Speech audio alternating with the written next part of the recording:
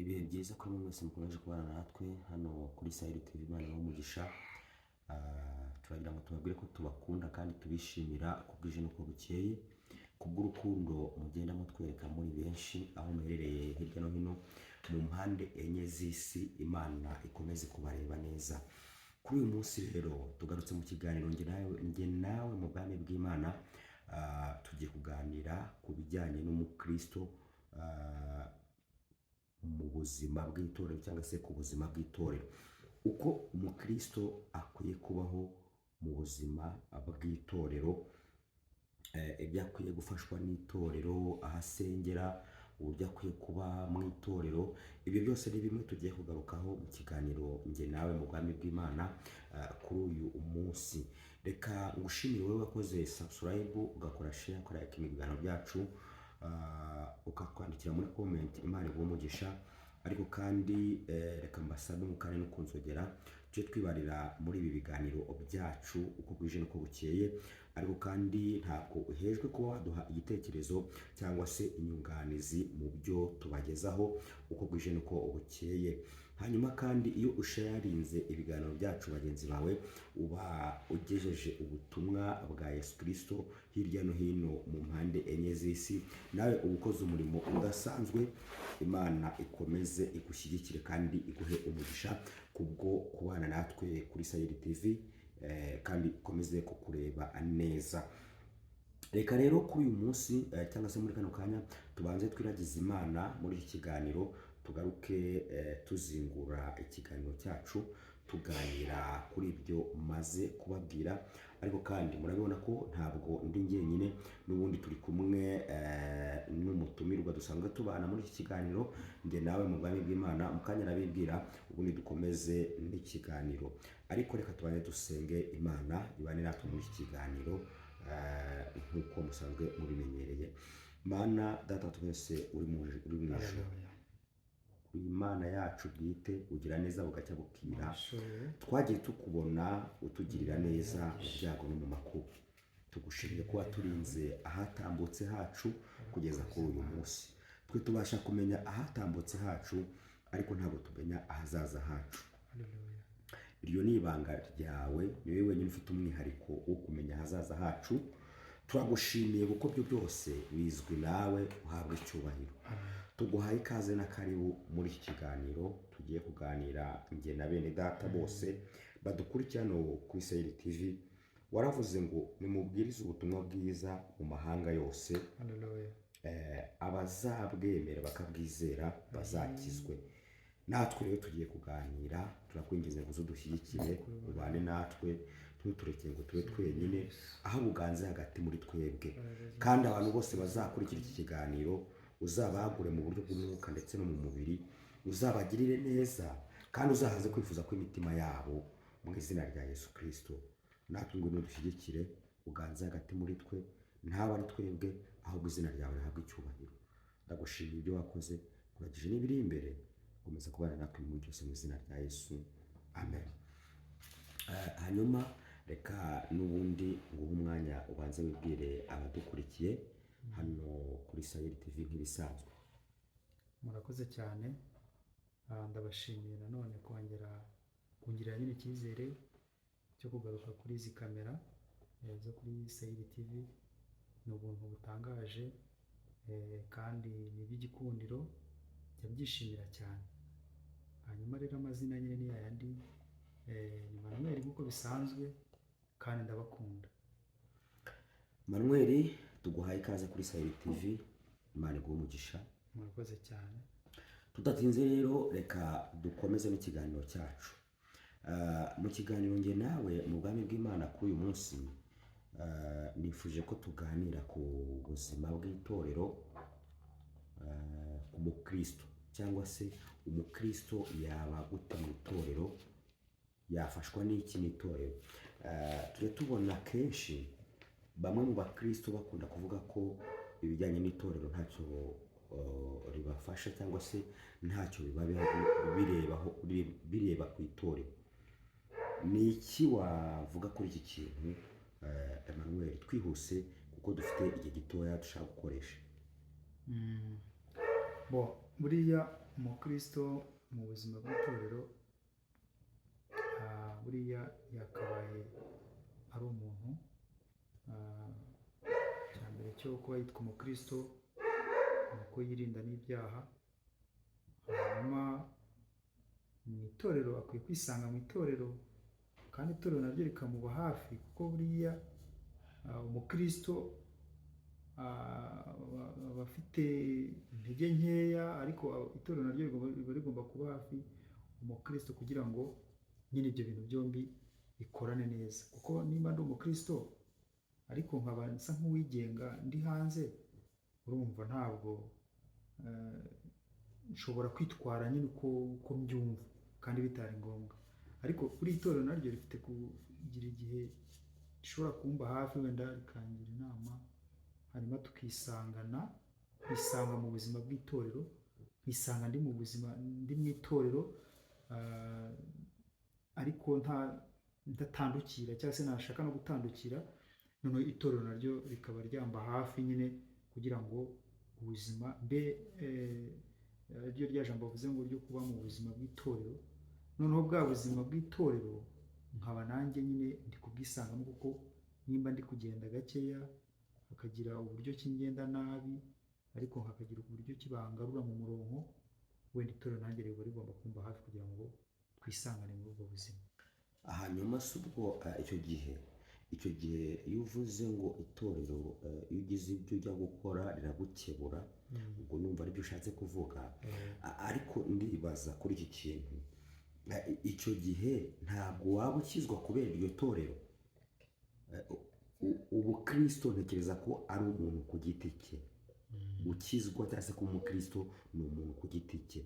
Ntabwo ukwiriye kwanga gukora icyaha kubera itorero, ahubwo ukwiye kwanga gukora icyaha kubera ko uri umukristo ku nyungu zawe. Icyo gihe ntabwo biba bigaragara ko uwo mukristo wenda akizwa cyangwa se uwo mukristo kubera itorero. Birumvikana, ni ukuvuga ngo gukizwa biba mu mutima w'umuntu, kandi birumvikana ko gukizwa biba mu mutima w'umuntu, kandi wowe ubwawe ugomba kuba wumva ko ugomba gukizwa, kuko ni wowe wenyine bifitiye n'umumaro.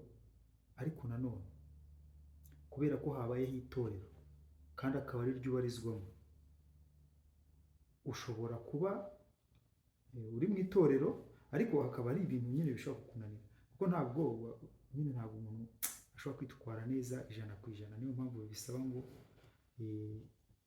hari ijambo rivuga ngo 2-3 bateranye, Imana iba iri hagati muri bo ikabana nabo. Ni ukuvuga nimba mu itorero turenze umwe, hari ukuntu nyine tugomba gufashanya mu buryo, ni ukuvuga ngo njyewe nshobora kuba ndi umukristo nanabyumva, ariko nyine hari aho mbereye umukristo. Ni ukuvuga ngo nimba ndi mu itorero rero,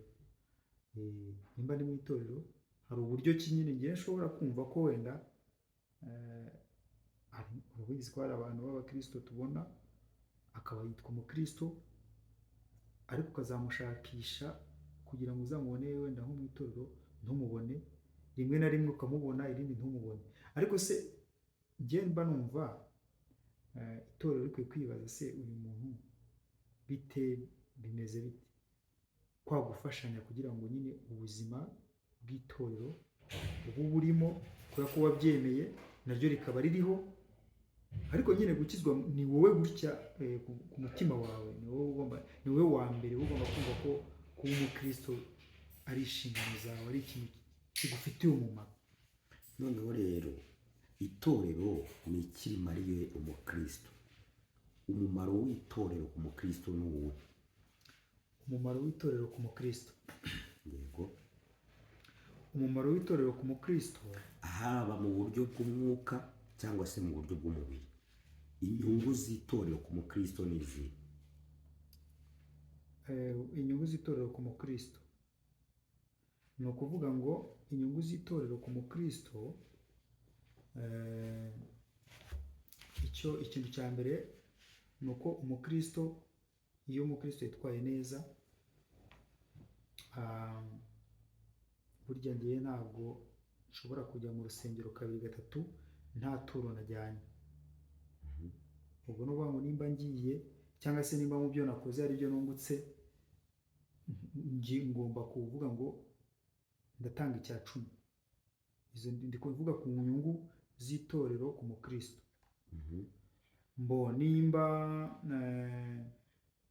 Nimba nacuruje nkunguka, ndajyana ituro ry'ishimwe mu rusengero, ubwo nizo za nyungu. Hanyuma ariko izo nyungu uri kuvuga ni inyungu z'itorero zikura ku mukristo. Turi kuvuga noneho inyungu itorero, inyungu umukristo akura ku itorero. Inyungu umukristo akura ku itorero nacyo ndakivugaho cyane. Mbona ukuvuga ngo itorero muri iki gihe biragoye, kuko usanga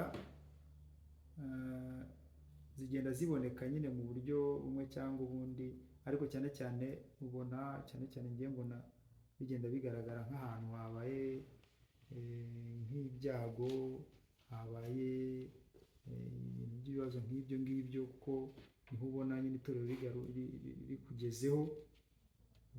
Tuvuge n'urugero, umuntu agize ibyago, itorero niho rikurikirana nyine rikavuga ngo reka rijye kugufasha, wenda mu buryo bwo kugufasha mu kwaba ari ukugushyingura cyangwa ari ukugira gute.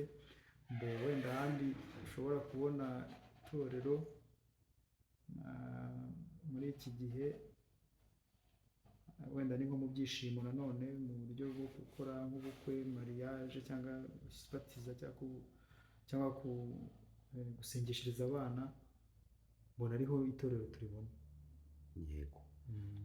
Hanyuma uvuze ku bijyanye ugize ibyago, reka wenda twibande kuri iki kintu cyo kugira ibyago. Amakuru atugeraho avuga ko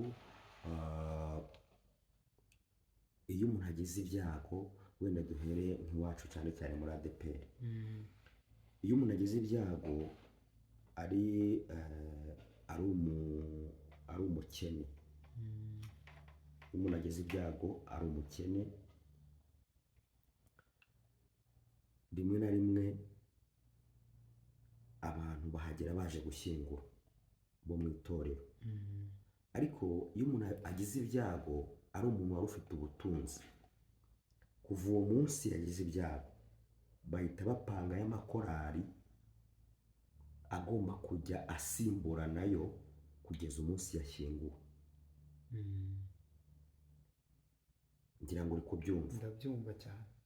Iyo umuntu afite ubushobozi agapfa yari afite ubushobozi, bahita bapanga ayo makorari ndetse n'abavugabutumwa bagasimbura nayo, ndetse n'abashumba bakajyayo. Ariko iyo ari umukene wapfuye, ni ukuvuga ngo barabimenyeshwa bakabimenya, bakazapangayo umuntu w'umupasiteri akaba ari ujya kubafasha gushyingura wa muntu ku munsi wo gushyingurwa. Ni iyihe mpamvu ituma ibyo byose bibaho? Kubera iki ku mukene ho hatabayo ibyo ngibyo biba no ku mukire? Kandi bose ni abakristo b'itorero. Kuki bose bitabagirira umumaro kimwe? Biterwa n'iki? Ubona ari iyihe mpamvu? Ahangaha nyine hari n'ikibazo, kandi nk'uko nyine ubivuze hari aho bigenda bigaragara, kuko ariko iki ngiki cyaba ari n'ikibazo gikomeye, kubera sinzi ukuntu iki kintu gishobora gukosorwa, kuko bivugwa kenshi, ngenda numva abantu benshi bavuga ko bigenda bigaragara ko nyine hari uruhande rumwe itorero ribogamiraho mu buryo bwo gufasha cyangwa gutabara bitewe n'umuntu runaka wo muri iryo torero. Ariko ntabwo ariko njye mbona byari bikwiriye, kubera ko urambajije uti ese byaba bituruka ku ki, cyangwa se biba biri guterwa n'iki? Ni ukuvuga ngo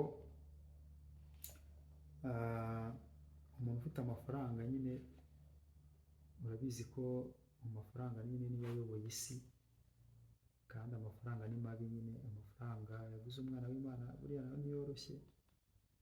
Ni ukuvuga ngo babirebaho, ariko nyine ntibiba bikwiriye. Ni ukuvuga ngo nyine bo iyo afite ubutunzi, afite ubushobozi, nyine yitabwaho cyane kurusha wenda umuntu uciriritse, ariko ibyo bintu nyine bikwiye kuba bikosorwa, bikwiye gukosorwa n'ababishinzwe, kuko buriya burya abakristo umukristo wese akwiye kuba ari umukristo, kandi ntihaze kubaho nyine kuvuga ngo uriya ni afite ubushobozi, uriya nta bushobozi.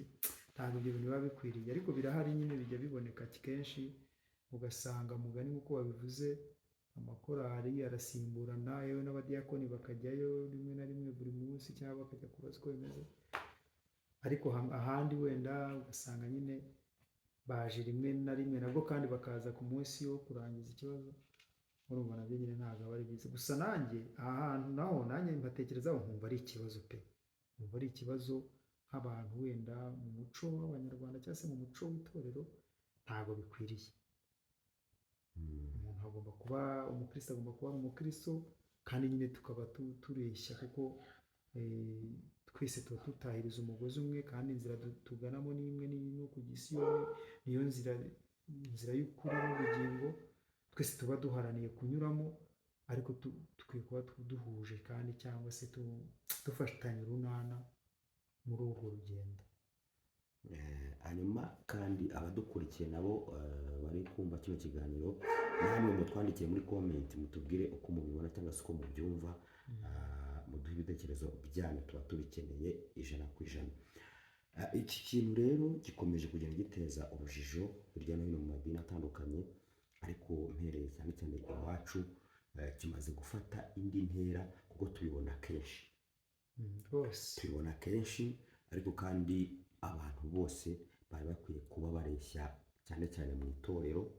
Niba tuvuga ko tuzi Imana, dukorera Imana, ntabwo dukwiye kuba abantu bakubutoni, ahubwo dukwiye kuba tungana twese mu itorero bose. Iki kintu rero abantu baba bakwiye kugihindura, bakareba uko babigenza, umuntu wese akajya aringanira n'undi nk'uko tubibona. Nicyo gikwiriye. Hanyuma rero tugera ku musozo w'ikiganiro cyacu, ubwo tuzasubukura ubutaha kuri topic cyangwa se kuri iki kiganiro, turagisubukura ubutaha. Ni ubuhe butumwa ushobora guha abantu badukurikiye, ari abakristo cyangwa se atari abakristo bifuza kuba abakristo bakaba mu itorero? Ni ubuhe butumwa wabagenera kugira ngo tugere ku musozo? Murakoze. Ni ukuvuga ngo ikintu navugaho cyane ni uko kuba witwa umukristo ni uko wamenye Imana, ukaba wemera umwami Yesu nk'umwami n'umukiza mu buzima bwawe. Rero ibiduca intege ni byinshi, ariko ntiducike intege. Nabwira abantu badukurikiye ko uru rugendo twatangiye tugomba kurukomeza kandi tugakomera. Hanyuma nimba uri umukristo, nimba wifuza kuba umukristo, nta rucantege, ahubwo tugomba gukomerera muri Kristo Yesu, kuko muri Yesu harimo byose. Abantu ni ukuri, urabona nyine ibintu biba biza mu matorero n'amadini ni ibintu byivangavanze, ariko ntidukwiye gucika intege. Dukwiriye gukomeza, tugakomeza icyo Kristo yadufatiye, tugakomeza umurimo w'Imana, tugasenga, kandi twizera ko byose bishoboka muri Kristo Yesu. Ubutumwa natanga rwose ni uko umuntu wese wakiriye Yesu nk'umwami n'umukiza ntacike intege, ahubwo dukomeze urugendo. Imana itugirire neza. Imana itugirire neza, kandi Imana ihe umugisha abantu bakomeje kubana natwe muri iki kiganiro. Hanyuma nawe utarakira Yesu nk'umwami n'umukiza mu bugingo bwawe, bigishoboka wabikora bwangu, ugahunga umujinya uzatera isi, hanyuma nawe ukabarwa mu mubare w'abana b'Imana kuri urya munsi, ubwo Kristo azahagarara ku bicu agahamagara amazina y'abera, nawe ukazumva izina ryawe ukamusanganira. Hanyuma reka tubwire abantu bakomeze kuba abakristo mu byago no mu makuba, mu ntambara izo arizo zose, uko bwije n'uko bukeye, urusheho kugenda uba umukristo nyawe kandi nyakuri. Imana rero ibahe umugisha, ukomeze ubane natwe, kandi subscribe, ukoreshe ya liking ibiganiro byacu, kandi kunzogera, twandike muri comment, giye tubana 5x5, udufashe kwamamaza ubutumwa bwiza bwa Yesu Kristo. Imana izakugirira neza kandi izaguha umugisha. Imana ikomeze kubareba neza, mugire ibihe byiza. ibiganiro byacu rero ni akaganiro ka shalom shalom shalom.